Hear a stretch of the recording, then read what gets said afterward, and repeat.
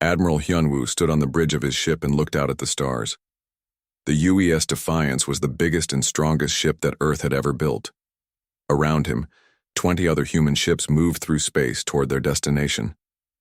They had been traveling for 3 months to reach this place. "Sir, we can see the station now," said Captain Sojin from her ship, the Aurora. Her voice came through the radio clear and excited. "It's huge, much bigger than we thought it would be." Hyunwoo smiled. After 50 years of trying, humans were finally going to join the Galactic Council. The Council was a group of alien races that ruled most of the galaxy. They had sent Earth an invitation to join them. It was the greatest day in human history. All ships stay in formation, Hyunwoo said into his radio. "We want to make a good first impression." The Galactic Council station was built around a neutron star. It was the size of a small moon and had thousands of docking bays. Ships from many different alien races flew around it like bees around a main hive. Some ships looked like crystals, others looked like metal clouds. A few looked almost normal, but most were strange and wonderful. On the diplomatic ship Harmony, Minho checked his speech one more time. He was Earth's best diplomat. He had spent years learning about alien cultures and languages. Today, he would speak for all of humanity. "Are you nervous?" asked Yoonji, the tactical officer sitting next to him. "A little," Minho said, "but mostly excited. Think about it. We're about to become part of something amazing. No more wars between countries, no more fighting over resources. We'll have friends across the whole galaxy." Yoonji nodded, but she kept watching her screens. Something felt wrong. The alien escort ships that had met them an hour ago were moving in a strange pattern. It looked almost like they were surrounding the human fleet. Probably just their way of being polite, she told herself. In the communications room of the Defiance, Lieutenant Commander Do-hyun listened to the alien radio signals.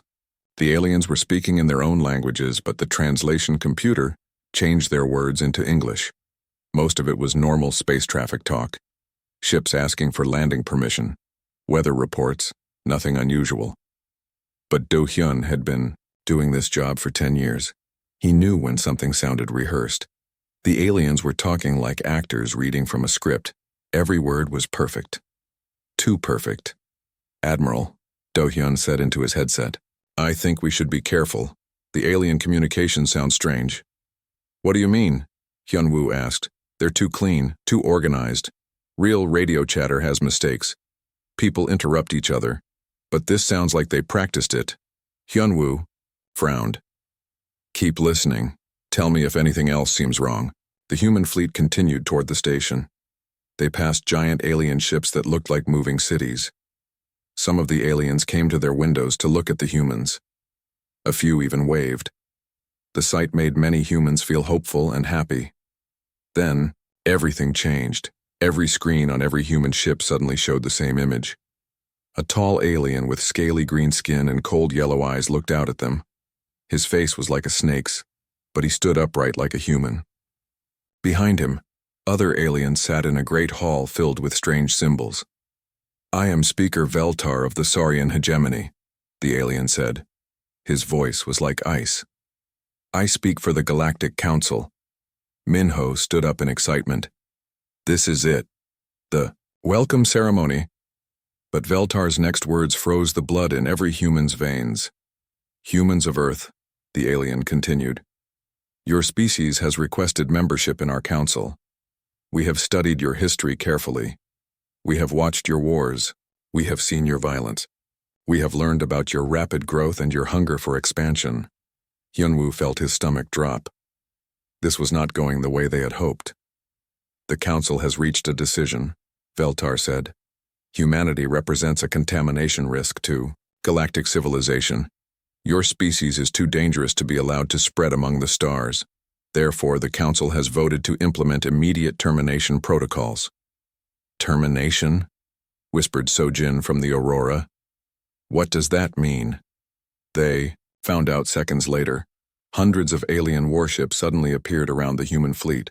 They had been hiding, invisible to human sensors. The alien ships were massive and covered in weapons. Energy beams began to light up space like deadly fireworks. "All ships, evasive action," Yunwu shouted. "Return fire." But the human ships were not built for war. They were exploration vessels and diplomatic ships. Their weapons were small and their armor was thin. Against the alien war fleet, they were like paper boats in a hurricane. The first ship to die was the science vessel Discovery. A beam of blue energy cut through its hull like butter. The ship exploded in a ball of fire and metal. 50 humans died in seconds. "They're jamming our communications," Du-hyun reported. "I can barely reach the other ships." "Then send everything to Earth," Hyunwoo ordered. "Send them the video of this attack. Send them our sensor readings. Send them everything." Yoonji watched her screens with tears in her eyes. The alien escort ships that had seemed so friendly were now firing missiles at human vessels. She had been right to worry. This had all been a trap. On the Harmony, Minho tried to reach his radio. An alien beam hit the ship's engine, and everything went dark. Emergency lights came on, painting everything red. "We're losing life support," someone shouted. Minho thought about his wife and children back on Earth. He had promised to bring them good news. Instead, he was going to die in space, betrayed by the aliens he had hoped to befriend. The Harmony's hull began to crack. Air rushed out into space. Minho closed his eyes and thought about home. Captain So-jin made the hardest decision of her life. Her ship, the Aurora, was badly damaged and would not survive much longer. But she could still save some of the others. "This is Captain So-jin to all ships," she said over the radio. "I'm going to ram the big alien ship. When I do, the others need to run." "So-jin, no!" Hyunwoo shouted. "There has to be another way." "Tell Earth what happened here," So-jin said. "Tell them that the aliens cannot be trusted. Tell them to be ready." The Aurora turned toward the largest alien warship and fired its engines at full power. So-jin thought about her parents and her younger brother. She hoped they would understand why she had to do this. The Aurora smashed into the alien ship's weapon arrays. Both vessels exploded in a massive fireball that lit up space for thousands of miles. But So-jin's sacrifice gave the other human ships time to escape. Hyunwoo watched ship after ship die on his screens. 21 human vessels had come to this place. Now only 3 remained. The Defiance and 2 badly damaged escort ships turned away from the alien station and ran toward home. Behind them, Speaker Veltar's voice continued to broadcast on all frequencies. "Let this be a lesson to any other species that might consider threatening galactic peace," the alien said. "The Council's mercy has limits.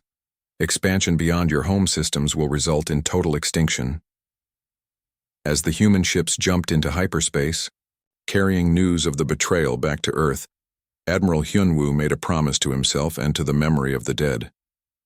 The aliens thought they had ended humanity's dreams of joining the galaxy. Instead, they had just begun humanity's war for survival. And humans, Hyunwoo knew, were very good at war. The news from space reached Earth like a thunderbolt. Admiral Hyunwoo's damaged ship arrived at Earth's orbital stations 18 days after the massacre. The video recordings he brought with him changed everything. Fleet Admiral Ji-hoon sat in the underground command center beneath the Rocky Mountains. Around him, Earth's military leaders watched the footage of humanity's first contact with the Galactic Council. They saw the trap. They saw their ships burning. They saw Speaker Veltar's cold smile as he ordered their people to die. 300 souls, Ji-hoon said quietly. Gone. Just like that. General Sung-min of the Marine Corps slammed his fist on the table. They invited us to talk and then tried to murder us all. What kind of beings do something like that? The kind that rule the galaxy, said Dr. Hai-jin. She was Earth's top expert on alien life. For years, she had studied the few signals and ship parts that Earth had collected. Now her research had a new purpose. Show us what you found, Ji-hoon said. Dr. Hai-jin activated the hologram projector. Images of different alien species appeared, in the air above the table. First came the reptilian saurians with their scaled skin and yellow eyes. Then the crystal-like Nexari that looked like living diamonds. Finally, the gas cloud Vorthak that had no solid bodies at all. Each species has weaknesses, Dr. Hyjin explained. The Saurians are cold-blooded. Extreme heat or cold can slow them down or even kill them. The Nexari communicate through vibrations. The right sound frequency can shatter them like glass. The Vorthak need specific atmospheric conditions to survive. Change the air mixture and they cannot function. Commander Yuna, the Navy's top tactical officer, studied the data. This is useful, but they have better ships and weapons than us. How do we fight them? We don't fight them the way they expect, General Sungmin said. They've been ruling the galaxy for thousands of years. They're used to formal battles with rules and honor. But humans don't fight with honor when someone tries to wipe us out. We fight to win. Over the next 6 months, Earth transformed. Factories that once made cars and computers began building weapons and armor. Shipyards that built cargo vessels started working on warships. Every human nation put aside their differences and worked together toward one goal: revenge. Tai-Ho was a young engineer who had dreamed of building peaceful exploration ships. Now he designed instruments of war. His new ship designs were ugly and brutal. They had no comfortable living spaces or beautiful decorations. Every inch was dedicated to weapons, armor, or engines. The Vengeance-class dreadnought, Tai-Ho explained to the military leaders. It carries enough kinetic kill weapons to destroy a small moon. The armor is 3 times thicker than anything we've built before. What about the stealth ships? Yuna asked. The Wraith-class frigates use a new cloaking system, Tai-Ho said. They bend sensor waves around the ship. To enemy detectors, they'll be invisible until they're close enough to strike. Fleet Admiral Ji-hoon nodded. How long until we have a full fleet? 18 months, Tai-Ho said. We're building them in hidden shipyards throughout the solar system, behind the moon, in the asteroid belt, even in the ice rings of Saturn. While the ships were being built, Earth's soldiers prepared for a new kind of war. General Sung Min created Project Nemesis, a training program designed to turn human Marines into alien killers. Lieutenant Colonel Mi Young led the first group of volunteers. They learned to fight in different atmospheres and gravity conditions. They practiced with weapons designed to exploit alien weaknesses: sonic grenades for the Nexari, atmosphere poisoners for the Vorthak, thermal charges for the Saurians. Remember, Mi Young told her soldiers. These aliens tried to commit genocide against our entire species. They wanted to kill every man, woman, and child on Earth. Show them the same mercy they showed us. The training was brutal. Soldiers learned to fight without air, in extreme heat and cold, and in gravity so heavy it crushed their bones. But they endured it all because they knew what was at stake. Dr. Hyjin worked with captured alien technology from the wreckage of their scout ships. Earth had been collecting small pieces for decades, but now they had a purpose beyond scientific curiosity. Their computers use quantum processing, she explained to her team, but they're vulnerable to specific electromagnetic pulses. We can design viruses that will shut down their systems. What about their shields? Asked her assistant, Dr. Kyung-soo. Energy-based, Hyjin said. Designed to stop energy weapons and radiation. But kinetic weapons, bullets, missiles, anything with physical mass, can punch right through if they're moving fast enough. The information was shared with Tai-Ho's design team. The new human ships would carry massive railguns that could fire metal slugs at nearly the speed of light. No alien shield could stop them. As the months passed, Earth's leaders debated their strategy. Some wanted to focus on defense. Others argued for limited strikes against alien outposts. But Admiral Hyun-woo, the only survivor of the original diplomatic mission's leadership, had a different idea. They tried to exterminate us, he said at a meeting of the War Council. Not defeat us, not conquer us. Exterminate us. Like insects. That means this isn't a war between nations or species. This is a war for the right to exist. What are you suggesting? Ji-hoon asked. Total war, Hyun-woo said. We don't stop until the Galactic Council is destroyed. Every ship, every base, every leader who voted for our extinction. We make them pay for what they did, and we make sure they can never do it to anyone else. The room fell silent. The idea was terrifying and brutal. But as they remembered the footage of human ships burning, In space, the leaders began to nod. "The galaxy expects us to cower and hide," General Shungmin said. "They think we'll stay on Earth and wait for them to come finish the job. Instead, we're going to bring the fight to them." 18 months after the massacre, Earth's new fleet was ready. 100 warships of various sizes, all painted black as space itself. Their names reflected humanity's anger. Retribution, wrath, judgment, fury, vengeance, nemesis. The crews were volunteers, every one of them. They had all lost friends or family in the alien attack, or they simply couldn't stand the thought of humanity being pushed around by bullies.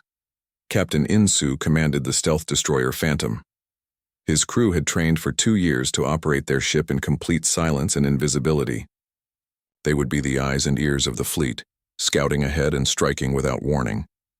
Commander Kyung-ho led the assault carrier Thunderstrike. His ship carried 500 Marines ready to board alien vessels and stations. They had practiced their attacks on mock-ups built from captured alien designs. Fleet Admiral Ji-hoon stood on the bridge of the new flagship, the UES Retribution. It was twice the size of the old Defiance and carried enough firepower to level a continent. Around him, his staff prepared for humanity's first offensive action against the Galactic Council. "All ships report ready for departure," announced Communications Officer Dae-yoon. Ji-hoon looked out at the fleet through the main viewer. Each ship represented months of work, sacrifice, and preparation. Each crew had sworn an oath to avenge the massacre and protect humanity's future. "Signal the fleet," Ji-hoon said. "Today we begin our answer to the Galactic Council's betrayal. They wanted to show us that humans have no place among the stars. We're going to show them that humans have every right to be here, and anyone who tries to take that away from us will pay the price." The fleet activated their engines and began to move away from Earth. Their destination was a remote alien research station called Kepler Outpost. It would be humanity's first strike against their enemies. As Earth grew smaller behind them, the human crews thought about their homes and families. They were leaving behind everything they loved to fight an enemy that outnumbered them 1,000 to 1. But they had something their enemies didn't expect: the fury of a species that refused to die quietly. The war for humanity's survival had begun. The Kepler outpost hung in space like a giant metal flower. It was built around a research platform that studied how stars were born and died. Hundreds of alien scientists worked there, thinking they were safe in their remote corner of the galaxy. They had no idea that death was coming for them. Captain Insu sat in the commander's chair of the stealth ship Phantom. His vessel moved through space without making a sound or showing up on any sensors. The new cloaking technology bent light and radio waves around the ship like water flowing around a rock. "Distance to target?" Insu asked quietly. 5,000 kilometers in closing," replied his navigation officer, Lieutenant Wu Jin. "Still no sign they've detected us." Tactical Officer Seo Jun studied his screens. "I count 3 patrol ships and the main station. Looks like about 200 people inside, mostly scientists." Communications specialist Da-un listened to the alien radio chatter. "They're talking about stellar formation patterns and gravitational waves. Normal research stuff. No military communications at all." Insu nodded. The aliens had grown soft after ruling the galaxy for so long.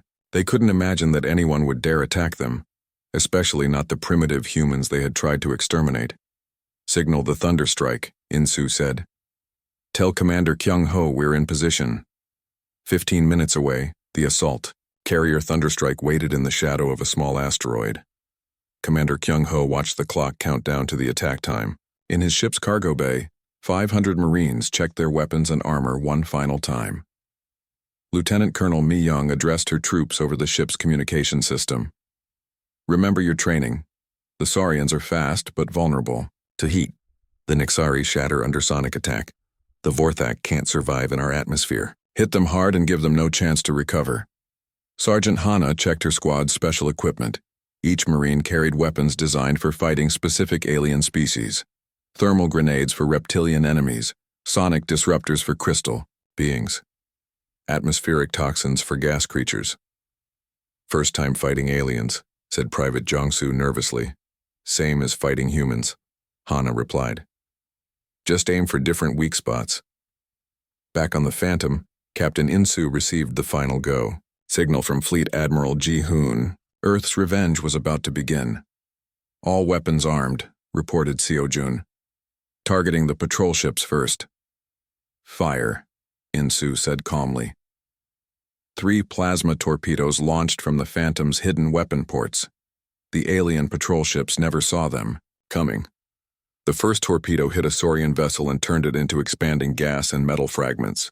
The second destroyed an Ixari crystal ship that shattered like glass. The third torpedo struck a Vorthak patrol craft and scattered its gaseous crew across space. The attack took less than 10 seconds. 3 alien ships and 60 crew members were dead before anyone knew they were under attack. Launch the boarding pods, Commander Kyung-ho ordered. 20 metal pods shot out from the thunderstrike like bullets. Each pod carried 25 Marines and was designed to punch through station hulls. The aliens finally realized they were under attack, but it was too late to stop what was coming. The pods hit the research station at different points, tearing holes in the metal walls.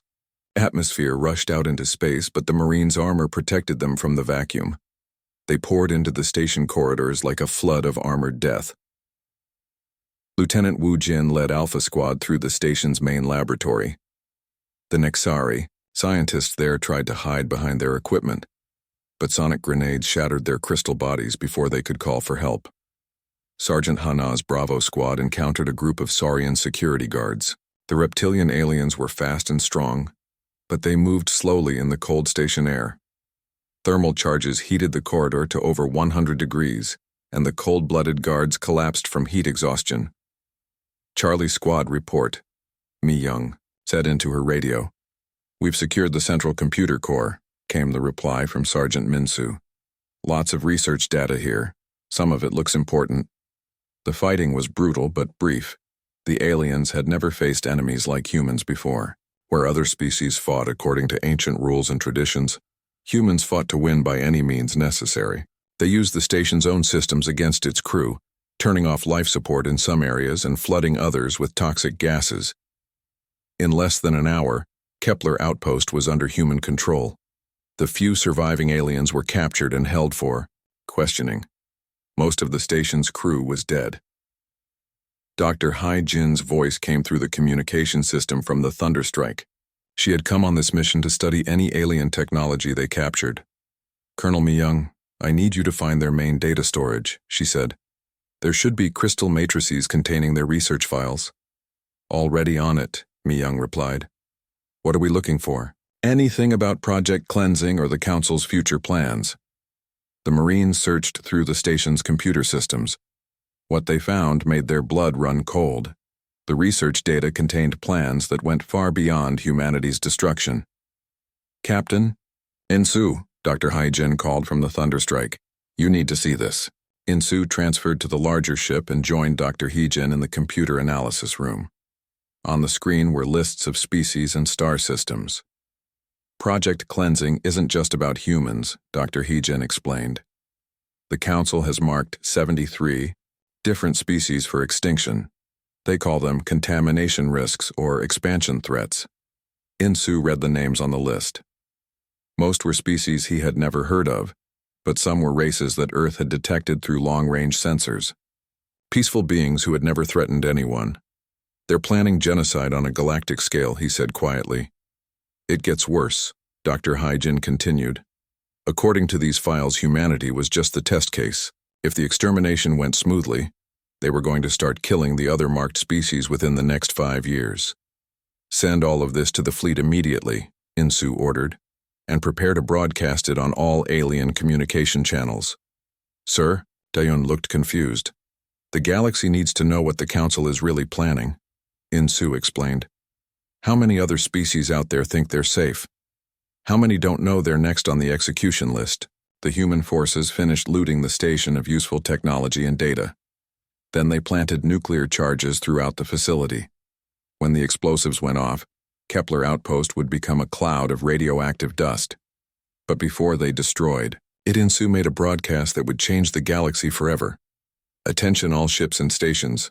His voice went out on every communication frequency. This is Captain Insu of the Human Star Fleet. We have captured the research facility at Kepler Outpost and discovered evidence of the Galactic Council's true intentions. The alien communication network suddenly filled with panic as Insu's message continued.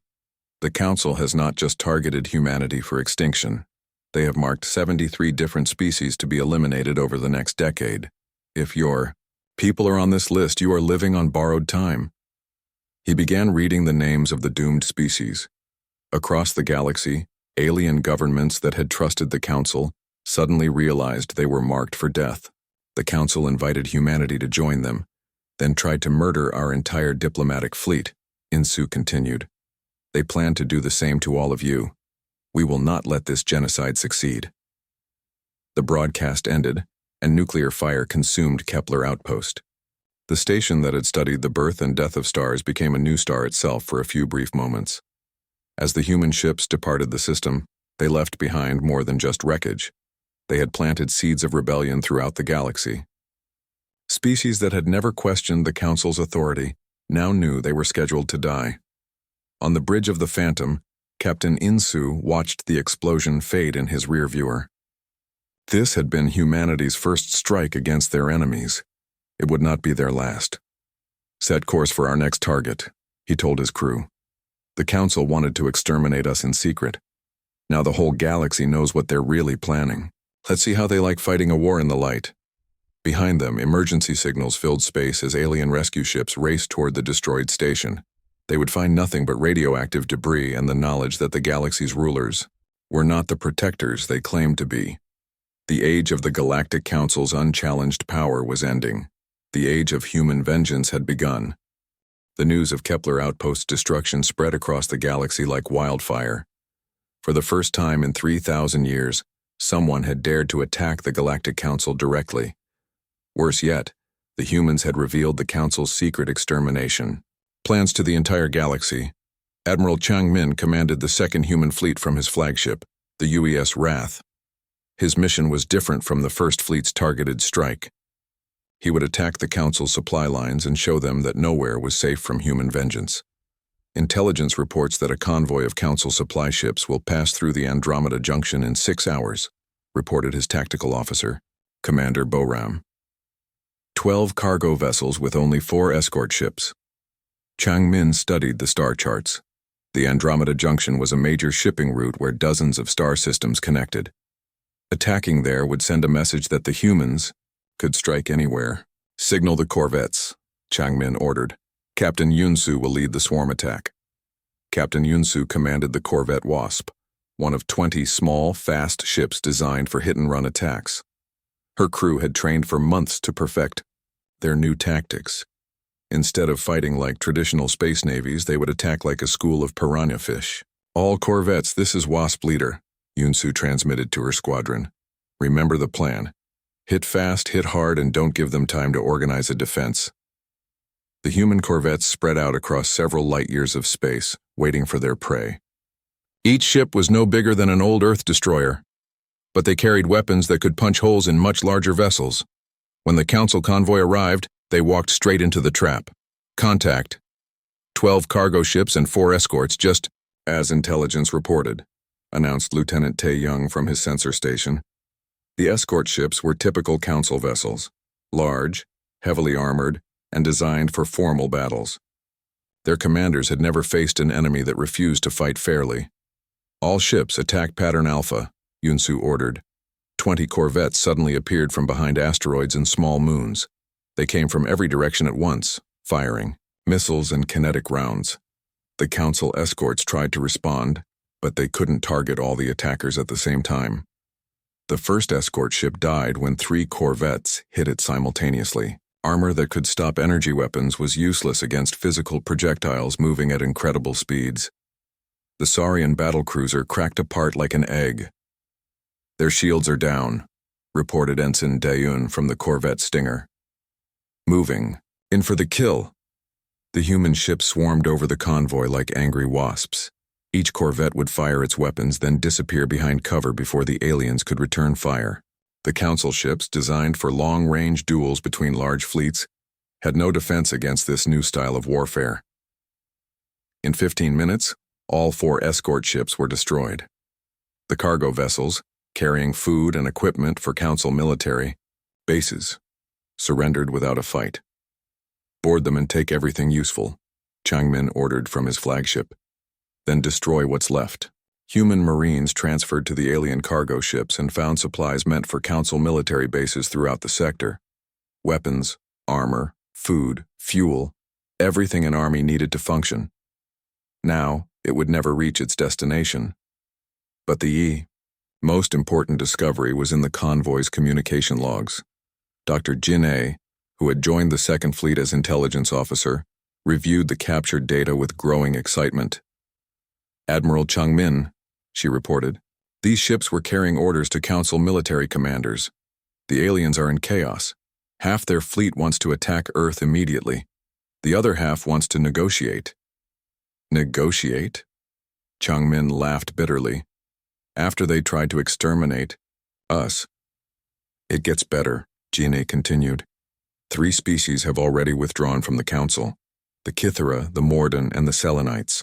They're refusing to participate in any more extinctions. The human attack on the convoy was broadcast across the galaxy, just like the destruction of Kepler Outpost. Alien news networks showed footage of the burning Council ships and the humans. Message to the galaxy. The Galactic Council has ruled through fear for 3,000 years. Admiral Changmin's voice echoed across 1,000 worlds. They told you they were protecting you, but they were really preparing to murder you. Today, we show that they can be defeated. Tomorrow, we will show that they can be destroyed. On the trading world of Nexus Prime, Merchant Captain Bo Ram watched the human broadcast with amazement. She was a member of the Altarian species, one of the races marked for extinction in the Council's secret files. Did you hear that? She asked her crew. The humans are actually fighting back. Around her, other alien merchants and traders watched the broadcast with growing hope. For years, they had felt like the Council treated them as second-class citizens. Now they knew why. They were scheduled to die. The humans destroyed a whole convoy, said her engineer, a crystal being named Kextar. How is that possible? They're just one species against the entire Council. Maybe that's why they're winning, Boram replied. They have nothing left to lose. Within hours of the broadcast, riots began on 12 Council worlds. Alien species that had trusted their leaders for millennia suddenly realized they had been betrayed. Some demanded that their governments withdraw from the Council. Others called for revolution. The Council's response was swift and brutal. Speaker Veltar appeared on official channels, his cold reptilian eyes filled with anger. The terrorist attacks by the human criminals will not be tolerated, he announced. Any species that aids these murders will be considered enemies of galactic peace. Any government that withdraws from the Council will face immediate military action. But his threats only made things worse. 3 more species announced their withdrawal from the Council that same day. The galactic government that had ruled unchallenged for 3,000 years was falling apart. Commander Tae Young led humanity's most daring mission yet. His target was the Council's primary military academy on Hegemony Prime, the capital world of the Saurian hegemony. The academy trained the next generation of Council military leaders. Destroying it would cripple their ability to replace losses. The stealth ship Ghost will get us close to the planet, Tae Young explained to his assault team. We'll have 30 minutes to complete the mission before their reinforcements arrive. The academy was a massive complex that had trained alien officers for over 1,000 years. It was protected by planetary shields and orbital defense platforms. The Saurians considered it completely safe from attack. They were wrong. The Ghost used captured alien technology to fool the defense systems. Dr. Hyjin's team had reverse-engineered Council identification codes from the wreckage at Kepler Outpost. To the planetary defenses, the human ship looked like a returning patrol vessel. We're inside the defense perimeter, reported the Ghost pilot, Captain So-hyun. Beginning orbital bombardment. Kinetic projectiles launched from the Ghost struck the Academy from orbit. The metal slugs moved so fast that they hit with the force of nuclear weapons. Buildings that had stood for centuries collapsed in seconds, but the bombardment was just the beginning. As smoke rose from the ruined academy, human Marines landed in assault pods. Their mission was to capture any surviving alien officers for interrogation. Most of the Academy's students and instructors were dead or wounded. But in the deepest bunker beneath the complex, Tae-young's team found their greatest prize. Admiral Zethkol, the legendary Saurian strategist who had planned the massacre of humanity's diplomatic fleet. The ancient alien tried to maintain his dignity even as human marines dragged him from his hiding place. But when they brought him before Tae-young, his composure finally cracked. "You cannot do this," Zethkol hissed in broken English. "I am a council admiral. I have rights under the laws of war." Tae-young looked at the alien who had ordered the deaths of 300 humans. "Did Captain Sojin have rights when you murdered her? Did Minister Min-ho have rights when your people betrayed him?" "That was different," the alien protested. "Your species was a threat to galactic stability." "You're right," Tae-young said calmly. "We are a threat. We're a threat to murderers like you who think they can commit genocide without consequences." The interrogation of Admiral Zethkol was broadcast across the galaxy. For the first time in galactic history, a council leader was seen begging for mercy from the species they had tried to exterminate. "Please," the ancient Saurian whispered as human medics prepared truth serums. "I was only following orders. The council voted for your extinction. I just planned the military operation. And now you'll tell us how to destroy the rest of your fleet," Tae-young replied. The psychological impact of the Admiral's capture was devastating. Council species had believed their leaders were godlike beings who could never be defeated. Seeing Zethkol broken and pleading destroyed that myth forever. Across the galaxy, rebellion spread like wildfire. Species that had never questioned council authority rose up against their oppressors. Some demanded independence. Others called for the council's complete destruction. Fleet Admiral Ji-hoon received reports from human agents throughout the galaxy. The council was losing control of their empire. Military units were defecting, entire star systems were declaring independence. How many species have withdrawn from the council now? 2 years had passed since the betrayal at the council station. The galaxy burned with rebellion as species after species rose against their former masters. The mighty Galactic Council, which had ruled unchallenged for 3,000 years, was dying, and humanity had lit the fire that would consume it. Fleet Admiral Ji-hoon stood on the bridge of his flagship, the UES Retribution, and watched the greatest fleet in human history assemble around him. 300 warships from every corner of human space had come together for this final battle. Each ship carried the names of those who had died in the original massacre. Each crew had sworn an oath to see justice done. "Final ship count?" Ji-hoon asked his communications officer. "All fleets report ready, sir," Da-un replied. 300 human vessels. We also have 40 ships from the rebel species that joined us. Ji-hoon nodded. The Kithara, Mordun, and dozens of other species had sent ships to fight alongside humanity. They had seen what the council planned for them and chosen to fight rather than wait for death. "Signal all ships," Ji-hoon ordered. "We jumped to the council's capital system in 10 minutes. This is our final answer to their betrayal." The target was the same station where humanity's diplomatic mission had been massacred. The massive structure still orbited its neutron star, now serving as the last stronghold of council power. Speaker Veltar and the surviving council leaders had gathered there, surrounded by the remnants of their once mighty fleet. Admiral Hyun-woo commanded the first wave of attackers from his ship, the UES Defiance. He was the only surviving officer from the original diplomatic mission, and he had requested the honor of leading the final assault. "All ships, this is Admiral Hyun-woo." His voice echoed across the fleet. 2 years ago, we came to this place, seeking friendship. The council answered with betrayal and murder. Today we return their gift. The human fleet jumped into hyperspace and emerged in the council's capital system like an avenging angel. Thousands of alien warships waited for them, desperate and cornered. The battle for the galaxy's future was about to begin. "Enemy fleet detected," reported Commander So-hyun from the dreadnought Retribution. "Over 2,000 council ships of various classes. They outnumber us 6-1, observed Captain Minsu of the assault carrier Thunder. "Then it's a fair fight," Ji-hoon replied grimly. The space battle that followed was the largest in galactic history. Energy beams lit up the darkness as thousands of ships clashed around the Council station. Human vessels, built for speed and hitting power, darted between the larger alien ships like deadly wasps. The Council forces fought with the desperation of the doomed. They knew that defeat meant the end of everything they had built. But desperation was not enough against human fury. Captain Yunsu led her corvette squadron in a devastating attack on the Council's battle line. Her 20 ships moved like a school of fish, impossible to target as a group but deadly when they struck together. Targeting the Saurian command ship, she reported as her squadron converged on a massive alien vessel.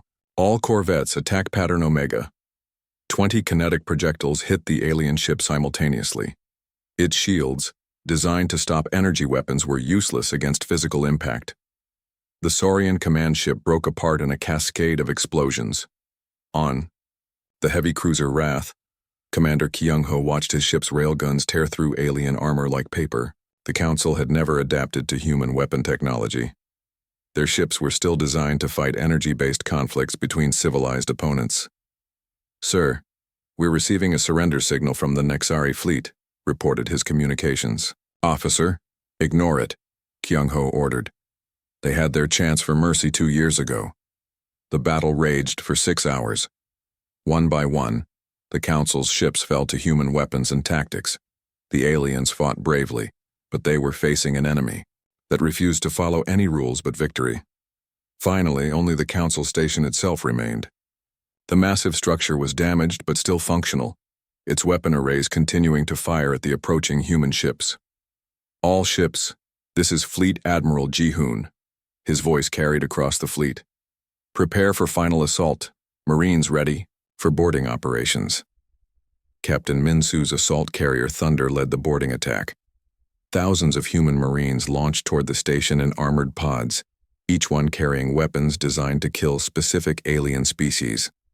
Lieutenant Colonel Mi-young was first through the breach when her pod smashed into the station's hull. Around her, Marines poured into the corridors like a tide of armored death. "Remember," she told her troops over the radio, "every alien in this station voted to exterminate our entire species. Show them exactly what that means." The fighting inside. The station was brutal. The aliens had turned every corridor into a fortress, but human Marines had trained for this moment for 2 years. They used the station's own systems against its defenders, flooding sections with toxic gas and cutting off life support. Sergeant Hana led her squad through the station's main corridors, hunting for Council leaders. They had studied the layout for months and knew exactly where to find their targets. "Council chambers are on level 7, she reported. "Heavy resistance expected." The final battle came in the Great Hall where the Council had once ruled the galaxy. Speaker Veltar waited there with his personal guard, determined to make a last stand. When Admiral Hyunwoo entered the chamber, he found the alien leader standing beneath a massive hologram of the galaxy, the empire he had ruled and was now losing. "Human," Veltar hissed, his yellow eyes filled with hatred. "You have doomed the galaxy to chaos." "No," Hyunwoo replied, drawing his energy blade. "We've freed it from tyrants like you." The duel between human admiral and alien speaker was brief, but decisive. Veltar was skilled with his traditional weapons, but Hyunwoo fought with the fury of betrayed humanity. When the alien fell, pierced through the heart by human steel, the Galactic Council died with him. "Station secured," Mi-young reported over the radio. "All Council leaders are dead or captured." Fleet Admiral Ji-hoon received the report from his flagship and felt a weight lift from his shoulders. The mission was complete. Humanity's betrayers had been punished. But as he looked out at the wreckage floating in space around the station, Ji-hoon wondered what kind of galaxy they had created. Millions of aliens were dead. Entire species had been wiped out in the fighting. The peaceful dream of galactic cooperation had become a nightmare of human dominance. 3 months later, Admiral Hyunwoo stood in his quarters aboard the Defiance and watched refugee ships dock at human-controlled stations. The former inferior species that the Council had marked for death now lived under human protection. They were grateful, but also afraid. Humanity had saved them from extinction, but in doing so, had become the new rulers of the galaxy. Earth's fleets patrolled the major trade routes. Human governors administered former council worlds. The species that had once looked down on humanity now served as laborers and servants. Was this what we wanted? Hyunwoo asked himself as he looked out at the stars. His aide, Commander Yuna, entered with the day's reports. Sir, the former council worlds are requesting permission to establish new governments. What does Fleet Admiral Ji-hoon recommend? Hyunwoo asked. Supervised independence, Yuna replied. They can govern themselves as long as they accept human oversight. Hyunwoo nodded. It was probably the best solution. The galaxy needed order, and humanity was the only species strong enough to provide it. What about the resistance movements? He asked. Still active on a dozen worlds, Yuna reported. Some alien groups are trying to rebuild the council. Others want complete independence from any galactic government. And our response? Admiral Changmin's fleet is handling it. Any resistance is being crushed quickly and completely. Hyunwoo sighed. The war was over, but peace remained elusive. Perhaps it always would. Humanity had won their fight for survival, but the cost had been higher than anyone anticipated. Still, as he watched another refugee ship full of former council slaves dock at the station, Hyunwoo knew they had made the right choice. The galaxy was safer now. The threat of genocide was gone forever. The inferior species lived free under human protection. It wasn't the peaceful cooperation that Earth's original diplomats had dreamed of, but it was justice, and sometimes justice was more important than peace. The galaxy belonged to humanity. Now, they had earned that right with blood and sacrifice, and they would defend it against anyone who tried to take it away. In the depths of space, far from Earth, human ships continued their eternal patrol. They carried the memory of 300 betrayed souls and the promise that such betrayal would never happen again. The age of the Galactic Council was over. The age of humanity had begun, and the galaxy would never be the same.